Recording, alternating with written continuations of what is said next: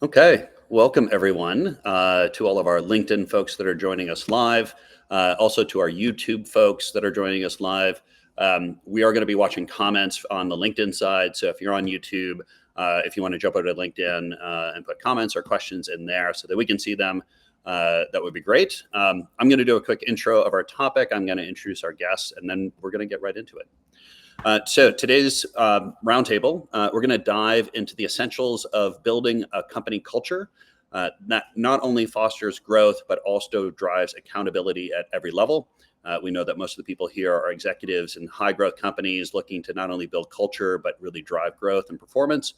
We're going to explore some strategies for aligning teams with core values. We're going to talk about setting some clear expectations.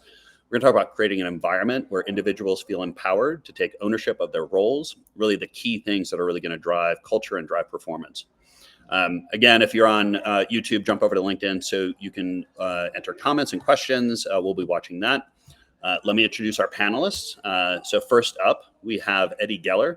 Eddie is an accomplished entrepreneur and visionary leader. He's currently the founder and CEO of SCORE, which is a company based on measuring corporate culture. He has a background in founding multiple companies, including Tiny Beans. Eddie has a proven track record working with technology, communication, and commercialization and leadership. Welcome, Eddie, to the panel. Thanks so much, Bruce. Appreciate being here. Thanks so much. Thanks for being here. Next up, we've got David Turner. David is the CEO of Velocity Now, an executive coaching firm based in Denver, Colorado.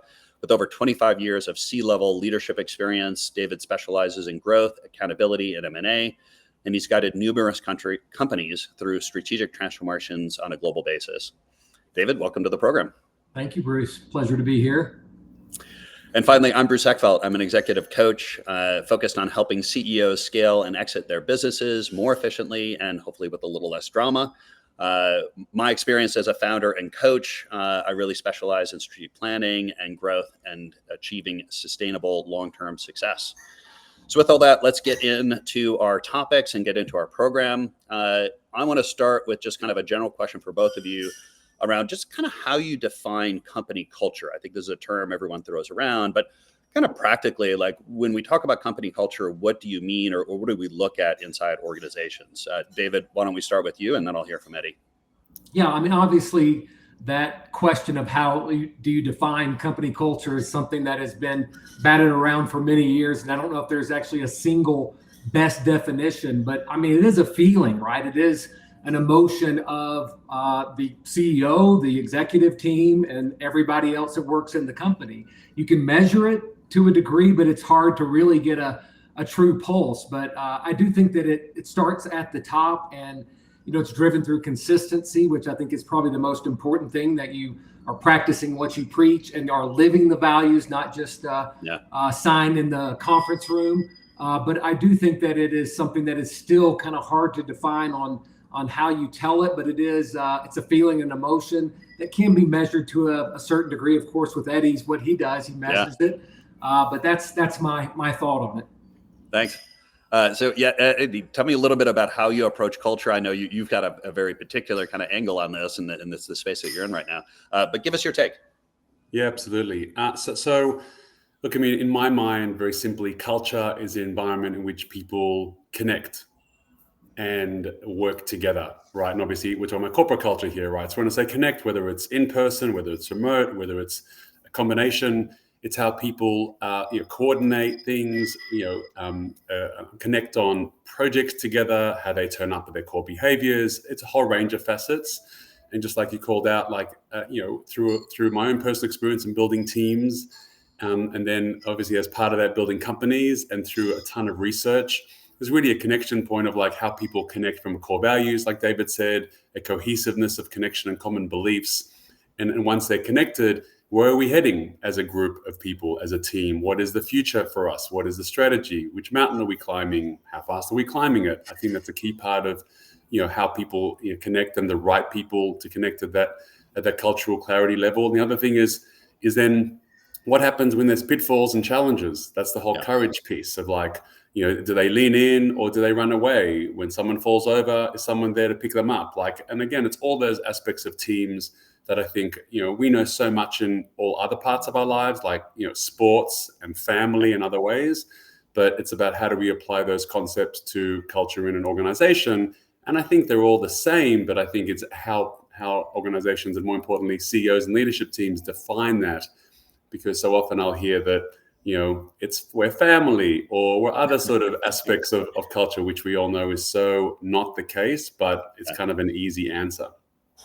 Yeah, there's a bunch of things I want to dig in there. I think the thing I would add, I always think of culture as what makes the company different than other companies. And a lot of times what I'm doing with companies when we're talking about growth and scaling is defining a culture, and it's like, what kind of people do you want? Like, who do you want to attract? Like, what kind of people do you want inside the company doing the things that you're doing? And what kind of people do you not, right? And they're not good and bad, right? They're not, it's not about these are good people or bad people, or good employees or bad employees.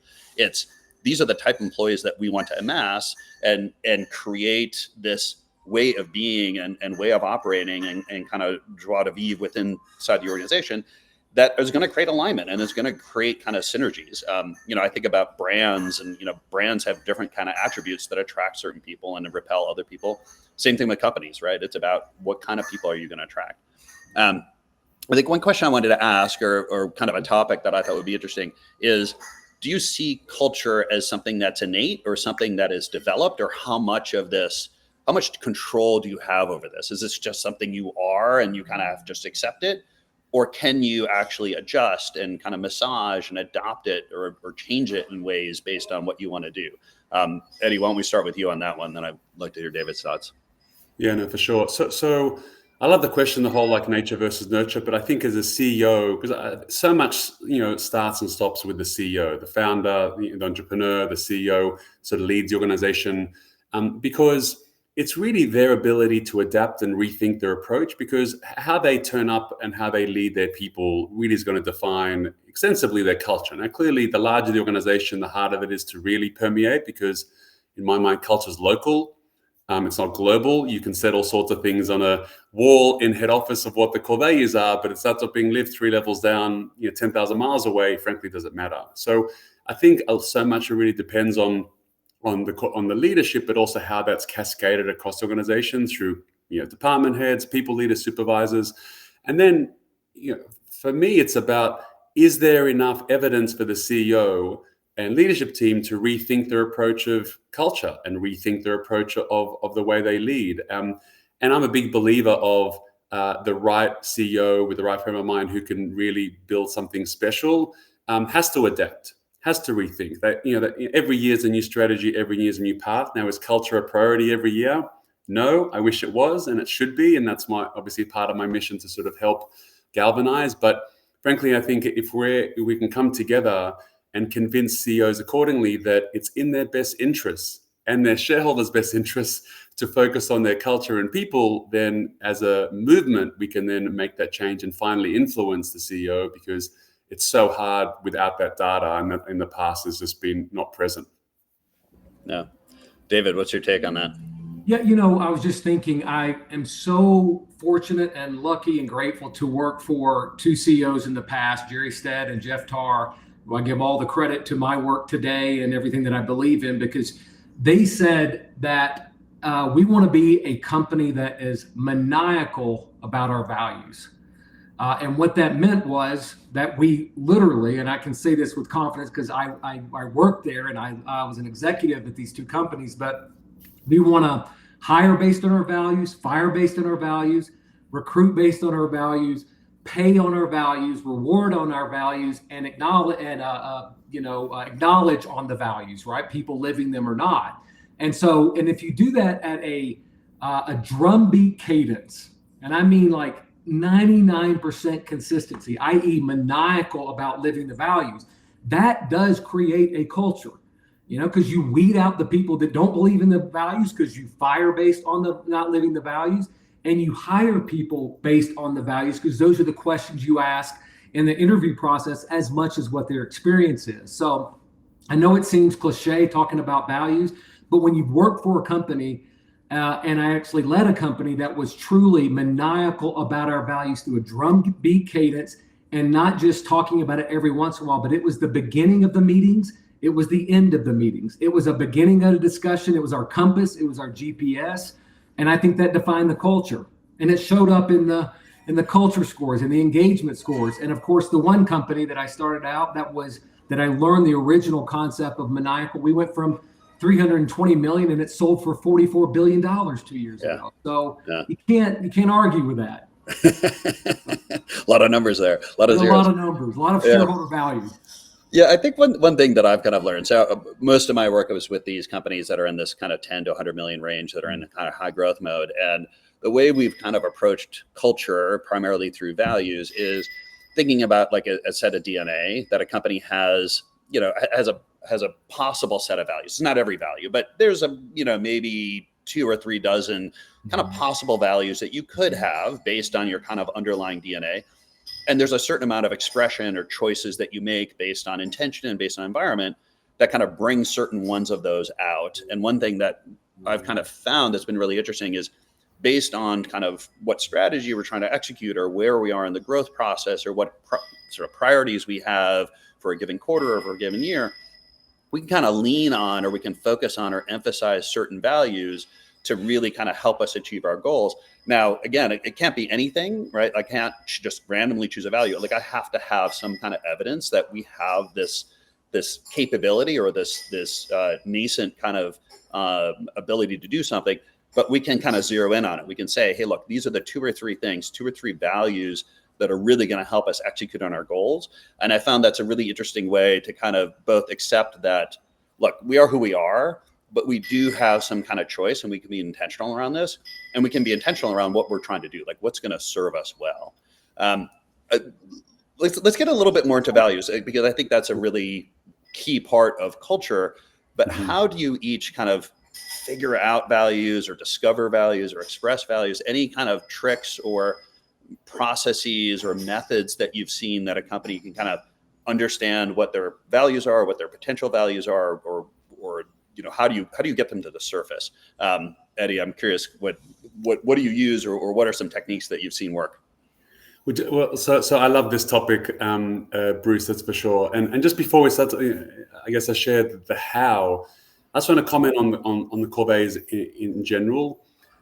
I'm very passionate about this, and through learning the hard way, frankly, in my first company, our core values was, I think, like people, integrity, and excellence. Like, what a load of nonsense. Honestly, the amount of companies I meet today, like, our core values is like integrity and honesty, and like, that's table stakes. Like, what you're gonna like, you have to then, put on a wall and recognize honesty. Like, how do you even recognize honesty? Like the whole, I think for decades and still to this day, thousands of companies have this, and I met one last week. And I don't think leaders realize, to your point, to your question, the core values is a strength, is a strategic opportunity for you to really understand what makes you different and what can make you thrive. I mean, I love Zappos's example. I mean, Zappos built $1 billion company selling online shoes, and one of the core values was delivering happiness.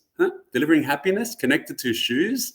So, and you can do it. So just opening CEOs' minds about core values being an absolute strength if done well strategically against typically a red ocean, you could really accelerate your business. So I think core values is a massive opportunity that a lot of CEOs just don't invest the time on. I love, obviously, both of you work with lots of CEOs on this, so they'll probably be getting it right, but so many getting it wrong. In terms of the actual specific question, sorry, I can rant all day with core values, but in terms of the specific question on the how, one technique I've used before, which I think is, again, I'm more focused on like the progress over perfection. I think there's probably a much more comprehensive approach. But one question I often ask leadership teams is that, if you can think of 2 or 3 people top of mind that you just think are rock stars in your mind, like, like they, in your way, they turn up, they're accountable, they do all the things you believe that you believe, can drive a hype that you want on your team, that you would go to bat for. And imagine if you had 100 of these people. What characteristics, what personality traits do they have if you had 100 of these people? And then let's write them up.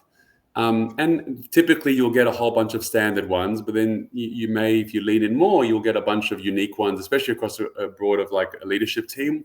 And that typically will find a handful of themes. And I'm always a big believer of trying to get them to 3. Too many are much more than that. but 3 is because it's hard enough to convince or to recognize people in the act of doing one good thing. Yeah, There's exactly. 10 good things. So I'm all about 3, and that's super hard. But yeah, I mean, that's sort of the approach I've used before. And then every year revisit. Do we need to revisit it and change it, or are we good with it? That's the approach I've taken that's worked reasonably well. Yeah. David, you mentioned the maniacal drumbeat of values. So how I guess what's your experience in terms of identifying, discovering, articulating core values inside organizations? I have to be careful here too, because I've written a book with 36,000 words basically on this topic. So I will not say 36,000 words. I'll say a couple of things. One is I agree with Eddie. Integrity, the old school of integrity, respect, honesty, those don't resonate anymore. So what you have to do, in my opinion, and I do this, every quarter with executive teams. First of all, you have to create time and space to talk and marinate and massage and debate on what the values should be. And then specifically, how do we word the values? I'll give you a couple of examples. Instead of like respect, one of the values that I've come up with in the past is respect and care for all of our customers, all of our vendors, all of our partners, all of our families. So you want to have these values that you can expand on to where it's a more encompassing. Okay, respect what? Respect each other. That's a start, but there's deeper than that. Another example is innovation, right? Which is like very tired. So then what happens when you have innovation is like, oh, that's just the product development team, right? Or the product management. But when you say create a better way, then you move it to every accounting process, every sales process, every way that you run meetings. Create a better way to do everything. And so everybody becomes an innovator of something better.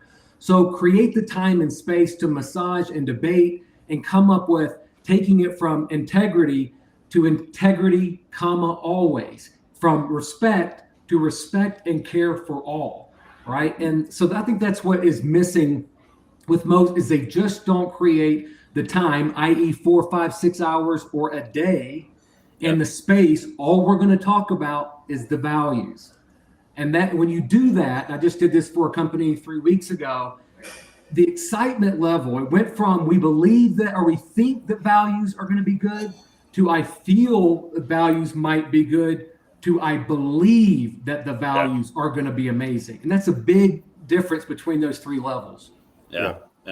It's funny. As strategic coach, I mean, I get so performance focused on this one that like when I work with teams on core values, I have these kind of 3 things that I kind of check in with them on, or I kind of requirements that I have before they can really kind of decide that something's a core value. One is that it has to be something we've observed before, right? They've got to have some kind of historical demonstration of this kind of behavior, or that this is important to them somehow. It doesn't need to be perfect, doesn't need to be all the time, but they have to be able to point to something. Otherwise, I'm worried that it's aspirational. It's like, okay, we'd like to be like this, but they've never demonstrated this before, right? So they have to have some amount of demonstration of this in the past.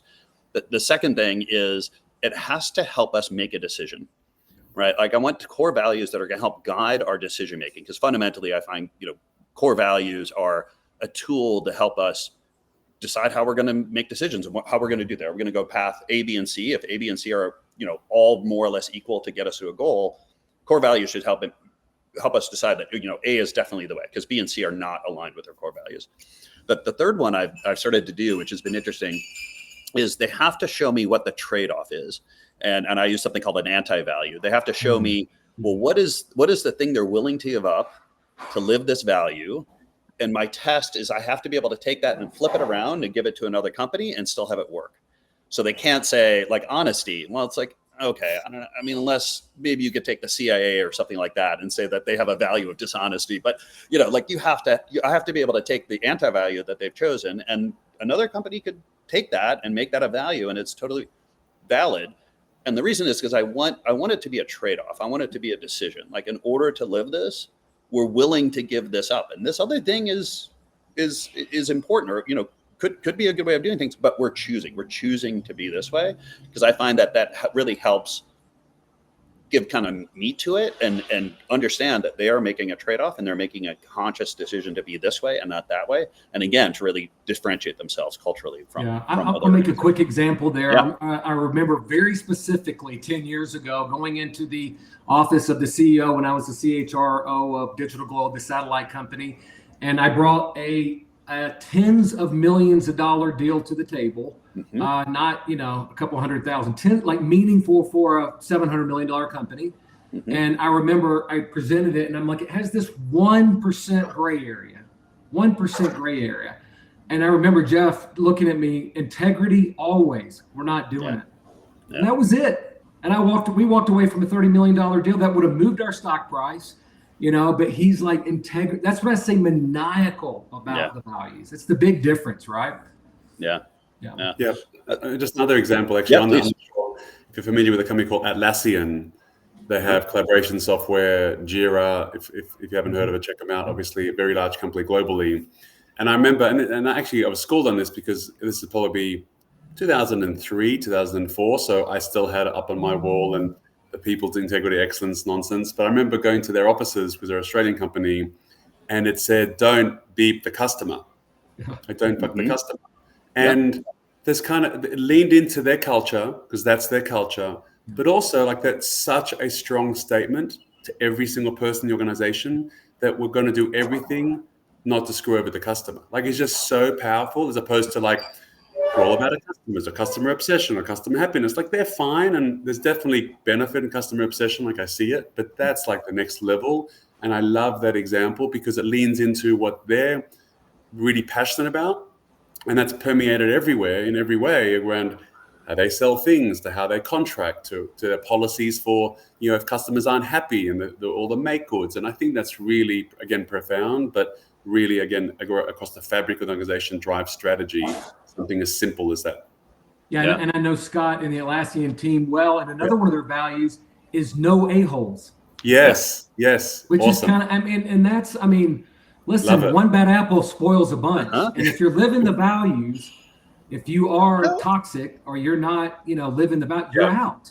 Yeah. That's not a decision. I literally remember letting go of a number one performer out of 250 people. I let the number one guy go because he wasn't living the values. And the risk was, why in the world would you let this guy go? Who was producing so much revenue. And instead of me worried about like people coming up to me, you screwed us, they were like, unbelievable. Well done. 100% support. Yeah. And the other thing I learned on this too is that, the first CEO, I was talking about Jerry Stead, who's been the CEO of like 8 publicly traded companies that I work for. We paid people or didn't pay their bonus based on the assessment of their peers and their managers living the value. Wow. Talk about putting your money where your mouth is. Yeah. So if you lived the values, you got paid the 15% of your bonus that was associated. If you didn't, you didn't get paid. I think this whole topic of how do you actually use core values, I think is fascinating because I think a lot of companies they'll go through processes to kind of articulate them and they'll come up with nice statements and they'll come up with these examples and stuff. But actually, like, what do you use them for? I think these are some great examples of, really, like, who do you choose to work with? Like, what customers do you take on? What customers do you not take on? What people do you hire or fire, right? Like these become really meaningful and practical tools to make real business decisions on a day-to-day basis. Any other examples of like how to actually apply core values? Because I think that's where a lot of companies struggle. Well, look, I've got another one. I'm a big fan of the story of Pixar and Steve Jobs. When he was pushed out of Microsoft in the 80s and joined this animation company of like, what was animation at the time? Obviously, besides Mickey Mouse, etc., reinvented animation, but again, leaned into a certain type of person, a certain, what he quotes, a misfit, right? A certain type of individual that had to lean into the uncommon, the curiosity, the courageousness, the sort of the uncanny ability to think differently. And that's a core, like the type of person, and it's a core value. And again, like you're almost leaning into the discomfort with the conflict of like having ideas shut down and leaning into new and still being up for new ideas. Like that is a very unique environment that only a certain amount of people can really operate in. And then frankly, a certain amount of people can be successful in. So that's another big one for me. I've got loads of them, but I'm a big fan of that. And obviously we know the story of Pixar and Apple and Steve Jobs, but again, it's another way of how they use the core values to drive strategic advantage. Yeah.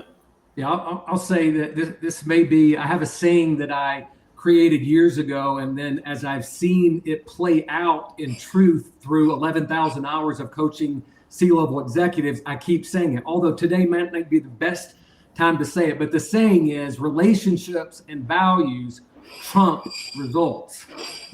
But that assumes that one of your values is results. And the one I always used was results matter.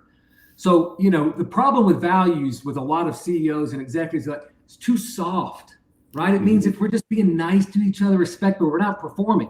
No, one of the values, and I actually always had it as the last value on purpose, start with integrity, end with results. Results matter. So if you don't think the results matter, and you're going to just be nice and live the values, then you're not living all the values. So you're out. But relationships and values trump results, assuming that one of your values, because you got to live it, is results matter.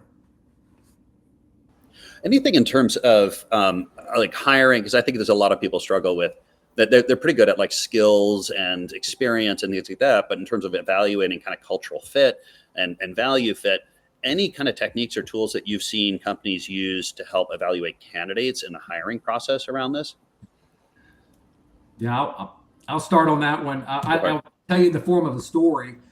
When I was the CEO of the last private equity company, I was interviewing for CROs, and I narrowed it down to 3 candidates, and I was about to start my interview process.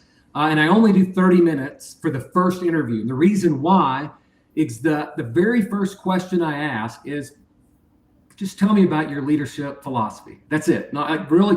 And if they don't say in the first 30 seconds of that answer something about servant leadership, our people are the only sustainable differentiator, or values are maniacal about that, they don't say some flavor of that, and they start with, well, I have done this, or I did this, or here's my experience, then I don't have to follow up with another interview. And so I remember very specifically, I had 3 CROs. The 2 were way more qualified from their experience. The third one a little less qualified, but he just went into a whole thing about values and people being a sustainable, and here's how I coach people and develop people. And that was his answer. He never said, I do this or I did this. Well, I hired him and he crushed it. Big difference. And so that's one way I filter and coach my my coachees to filter through, right? Use their pressure, because if you ask somebody, tell me about value, they'll be like, oh, I do this or that. Tell me about how, I love to empower people. But if it's not really core to their philosophy in those first 30 seconds, that's not really who they are. Yeah. Yeah. What's your take on this? Yeah, I love that. So I think the evaluation process of candidates is I use the entire process, because you clearly have some time with them one-on-one. You can ask them questions around, behaviors. And for example, one of ours is growth mindset. Tell me what your growth mindset means to you. How's that turned up to you in previous jobs, etc. But what I find interesting is I learn actually, I wouldn't say a lot in between the interviews. What happens when I got off the call? What happened prior to the call? What happened on the second call if we got to that stage? And I think I've qualified candidates out half the time because of the in-between stuff. Like, how did they respond to me when I reached out? Like, all that stuff that leans into all sorts of, triggers and messages that drive the core values in terms of like how they're going to be with customers. And the other thing I've always found is I think about building a team. Would I want to go to bat or to war or to battle with this person? Could I hang out with them and grab a drink with them and want to hang out with them? And I think that's also part of it. Like, of course, I don't have to be best friends with them, but again, I've always believed that teams that sweat together, eat together, win together. And that obviously is core values at the center of it. There's also other things that you want to be able to connect, and it's about bringing those right people together and leveraging their strengths, which is a whole nother topic. But do we turn up in the same way? So for me, it's a whole process, and people go to the presentation stage, and I've qualified them out because of certain things that they said or didn't say all the way through. So all different approaches. Yeah, we've with a couple of companies, we've used this kind of value anti-value pair to kind of set up these kind of questions or scenarios, and then let the candidates kind of kind of indicate like, well, which end of the spectrum would they be on? And because they're both good, they're kind of naturally leaning towards one to the other. And then we can kind of tell like, okay, it's like, which is better aligned with who we are as a company. And it's subtle, but I find that it helps where do you have alignment, but also helps figure out, okay, where are we going to potentially have conflict, right? Like we may not have great alignment, but we don't want someone who's going to be clearly on the other end of this, because we're going to create a lot of conflict inside the organization. So yeah, it's a challenging one. I think companies are looking for all sorts of kind of solutions and strategies for doing this, both for creating and then implementing values. And we are at time already. I know these go by very quickly. So I want to make sure that if people want to get more information from either of you, David, if people want to get contact information or look you up, what's the best way to get that? Yeah, just David at VelocityNowLLC.com. Awesome. Great. And Eddie? Yeah, you can look me up on LinkedIn, Eddie Geller, or on email, eddie@cultureskor.com anytime as well. Perfect. And you can reach me at my email is just bruce@eckfeldt.com. My website is eckfeldt.com. And then obviously on LinkedIn as well. So David, Eddie, thank you so much for taking the time today. It's been an absolute pleasure. Thank you, everyone who's been listening here and who's listening to the replay. I'll post some information, contact information, things like that on the LinkedIn side. So check that out and really appreciate it. Thank you, gentlemen. Yeah, thanks so much. Thanks, Bruce. Thanks, David.